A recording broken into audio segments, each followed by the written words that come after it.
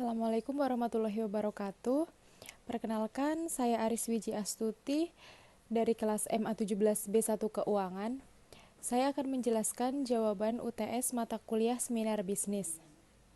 Nomor 1, penjelasan mengenai karya ilmiah. Karya ilmiah itu merupakan suatu karya tulis yang dibuat untuk memecahkan suatu permasalahan dengan landasan teori dan metode-metode ilmiah. Biasanya karya ilmiah berisikan data, fakta, dan solusi mengenai suatu masalah yang diangkat.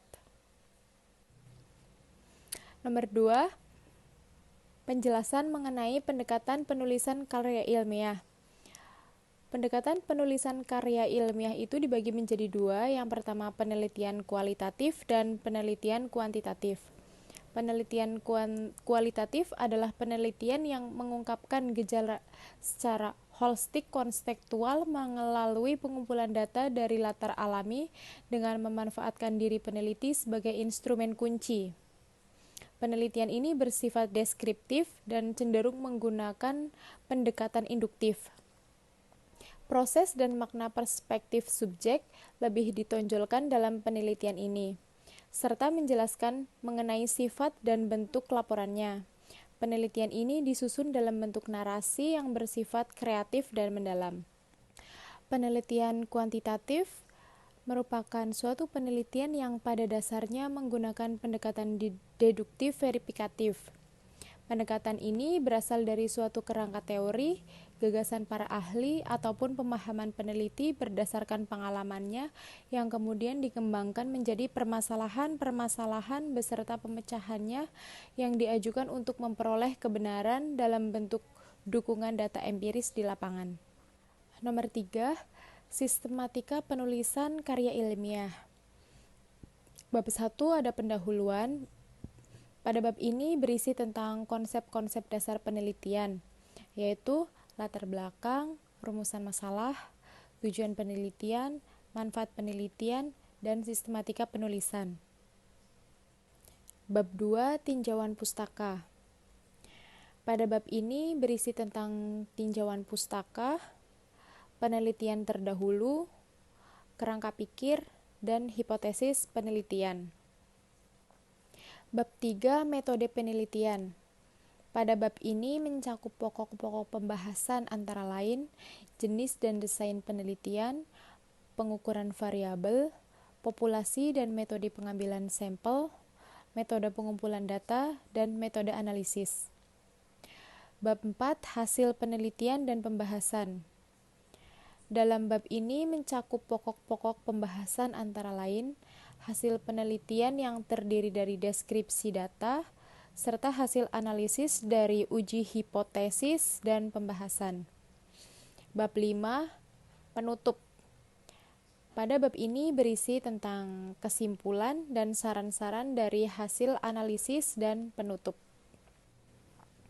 Nomor 4, buatlah penelitian tentang manajemen keuangan dengan menganalisis fenomena yang terjadi. Penelitian yang saya ambil berjudul Analisis Komparasi Return Investasi Saham dengan Emas. Bab 1, pendahuluan. 1.1, latar belakang. Pandemi COVID-19 yang sedang berlangsung menyebabkan banyak ketidakpastian. Hal ini semakin berdampak pada perekonomian di berbagai negara di dunia, tidak terkecuali di Indonesia. Guna mengantisipasi dampak yang tidak diinginkan, investasi menjadi salah satu cara untuk menyelamatkan keuangan sekaligus sebagai jaminan akan ketidakpastian masa depan. Dari sekian banyak instrumen, investasi emas masih menjadi primadona. Logam mulia ini banyak dipilih karena mayoritas masyarakat sudah familiar dengan instrumen ini. Emas juga bisa disetarakan dengan dana tunai ataupun kebutuhan mendesak lainnya. Seiring perkembangan zaman, masyarakat dimudahkan dengan berinvestasi dalam bentuk yang lainnya, yaitu saham. Beberapa kelebihan dengan investasi saham yaitu memiliki potensi return yang tinggi dan berkesinambungan, tidak memerlukan perawatan dan penyimpanan yang relatif mudah. Di Indonesia sendiri, Saham pertambangan selama beberapa periode menjadi salah satu sektor kunci yang menopang pergerakan IHSG.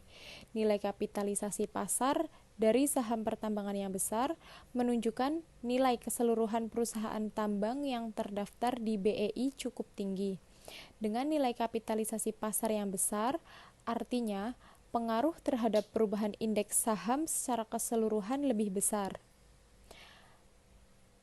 Artinya, naik turunnya saham pertambangan dapat memberikan dampak yang cukup signifikan pada pergerakan IHSG.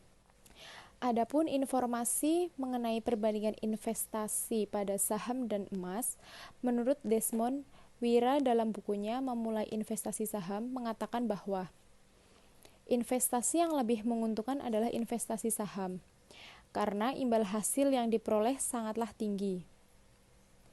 Investasi di emas memang menguntungkan, tapi investasi di saham jauh lebih menguntungkan. Nah, bertitik tolak dari uraian di atas, maka penulis tertarik untuk mengambil judul Analisis Komparasi Return Investasi Saham dengan Emas. 1.2 Rumusan masalah. Berdasarkan latar belakang yang dipaparkan di atas, adapun permasalahan yang akan diteliti yaitu A. Apa yang menyebabkan adanya perbedaan antara return investasi saham dengan return investasi emas yang terdaftar di JII pada periode Januari 2017 sampai Januari 2020? Yang B. Apa yang lebih menguntungkan antara investasi emas dan saham ditinjau dari return yang didapatkan? 1.3 Tujuan penelitian. Berdasarkan rumusan masalah di atas, tujuan penelitian ini yaitu A. Untuk mengetahui penyebab perbedaan antara return investasi saham dengan return investasi emas yang terdaftar di JII pada periode Januari 2017 sampai Januari 2020. Yang B. Untuk mengetahui keuntungan yang didapatkan antara investasi emas dan saham ditinjau dari return yang didapatkan. 1.4 Manfaat penelitian. Adapun manfaat penelitian yang akan dilakukan yaitu ya A. Memberi pengetahuan mengenai return investasi pada emas dan saham. B. Sebagai referensi dalam melakukan penelitian di masa yang akan datang. C. Dapat dijadikan informasi bagi investor dalam mengambil keputusan investasi.